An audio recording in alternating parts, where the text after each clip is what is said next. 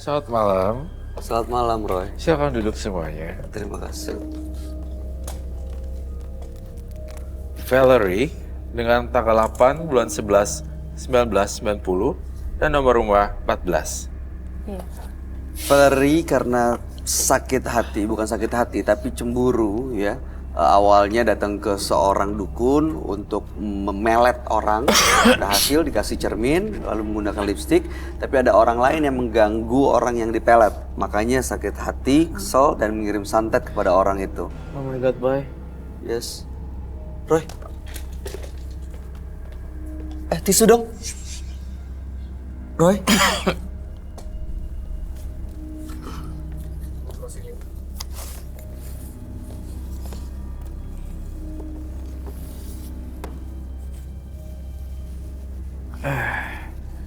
Energinya Valerie gede juga ya.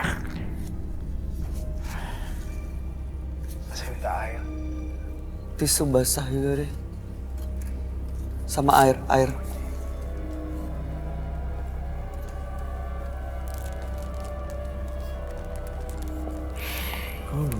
Yeah, it's okay.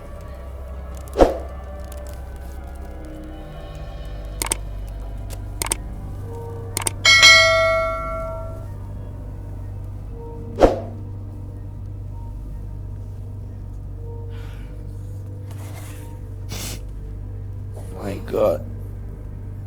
Darah loh. Masih mau diterusin? Masih mau diterusin? Kita perlu break dulu gak? Gak usah break dulu. Gak usah break dulu. Is it good? Looks good?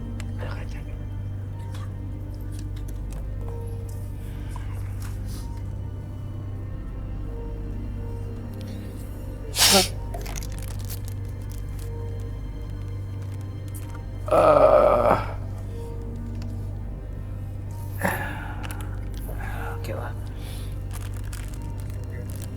Nah, it's okay. Nah, it's okay.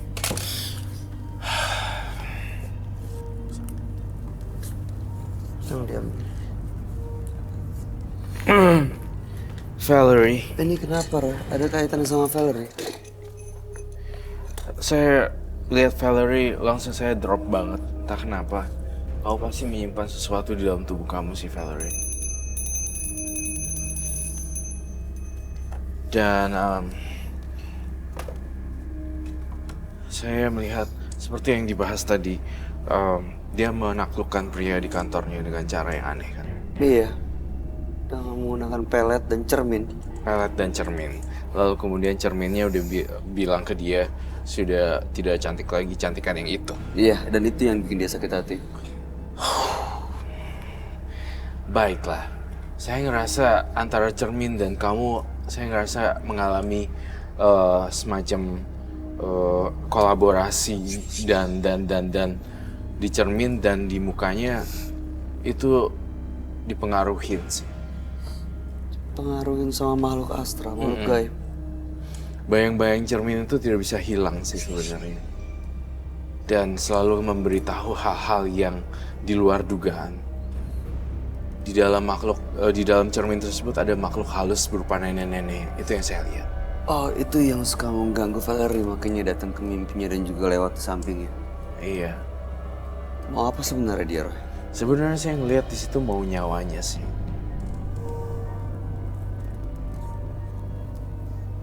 Gangguan-gangguannya Valerie seperti apa? Ya, jadi tuh saya sering didatengin lewat mimpi Kak Roy. Terus Iya. kalau saya lagi tidur atau saya lagi duduk itu suka lewat gitu Kak Roy, kayak sosok-sosok nenek-nenek itu cepet banget, atau di sini suka kayak berasa kayak ada yang berbicara kayak gitulah. Kamu nggak bilang nenek-neneknya jangan ganggu saya? Saya udah bilang waktu itu jangan ganggu saya lagi karena saya udah nggak menggunakan cermin itu. Tapi bayangan itu nggak lepas dari mimpi saya, dari kehidupan saya sehari-hari. Saya kayak dihantuin terus. Saya sampai takut banget kemana-mana Kak Roy. Saya ngerti sih perasaannya. Teman kamu kurang banyak ya kayaknya. Teman kamu tuh juga kurang banyak kalau saya nilai. Iya. Saya lihat kamu pulang ke cermin, pulang cermin, pulang tidur cermin dan segala macam seperti itu. Jadi gak heran sih kalau makhluk halusnya seperti itu, nempelnya ke kamu, bergantung. Aduh,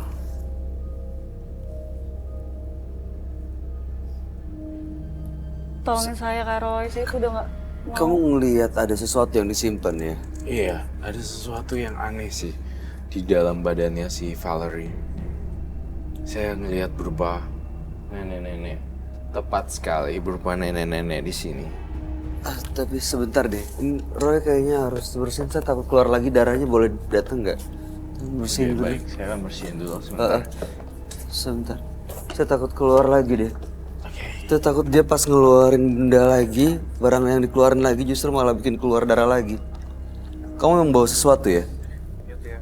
Di belakang sih, cermin itu. Lihat, tiba-tiba masuk langsung darah keluar dari hidung. Kamu ngerasain sesuatu nggak? Nggak.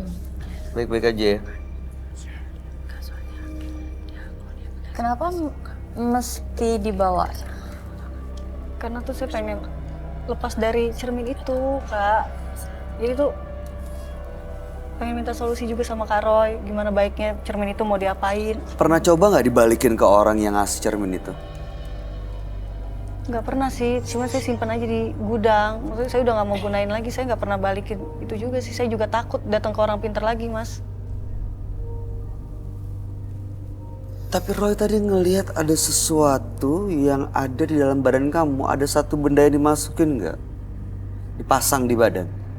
Nggak tahu sih, waktu itu cuma dikasih cermin sama lipstik aja sih. Terus cermin itu yang saya lihat emang ada yang sosok nenek-nenek itu. Lipstiknya itu dibawa. Lipstiknya di itu juga, di belakang juga. Oke, nanti tunggu Roy dulu ya. Jadi ada barang-barang yang dibawa ke sini. Saya mau tanya, itu laki-laki atasan kamu itu sekarang gimana kondisinya? Saya udah nggak sama dia. Jadi nggak tahu sekarang di mana? Nggak, pokoknya saya juga udah nggak tahu kabar perempuan yang itu. Terus sama mantan pacar saya itu juga saya udah lost contact juga.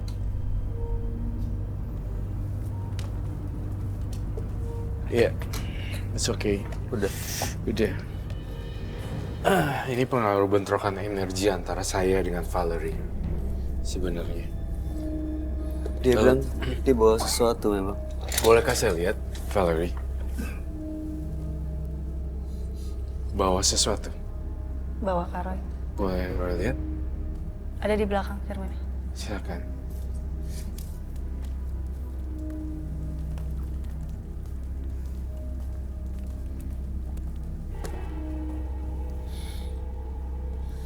Kamu ngeliat ada nenek-nenek itu yang Iya. kaca itu. Kacanya bisa berbicara menurut versi dia. Iya. Entah itu berbicara di alam pikirannya atau memang beneran nenek tersebut ada di dalam kaca.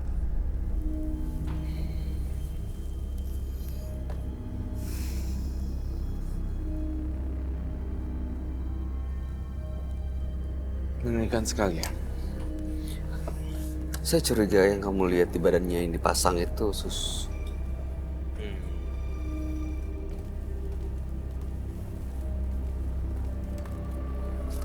cermin kayak cermin tua gitu ya.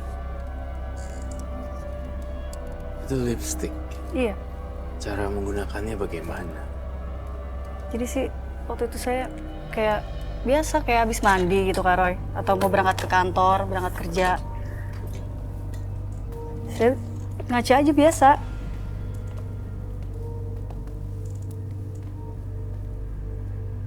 Terus saya ngaca, saya pakai lipstick, saya sisiran. Kayak gitu, terus saya ajak ngomong dia. Saya ngobrol. Cara ngobrolnya? Gini misalkan, saya sisiran gitu, sambil sisiran saya nanya, "Gue cantik gak sih?" Terus dia jawab,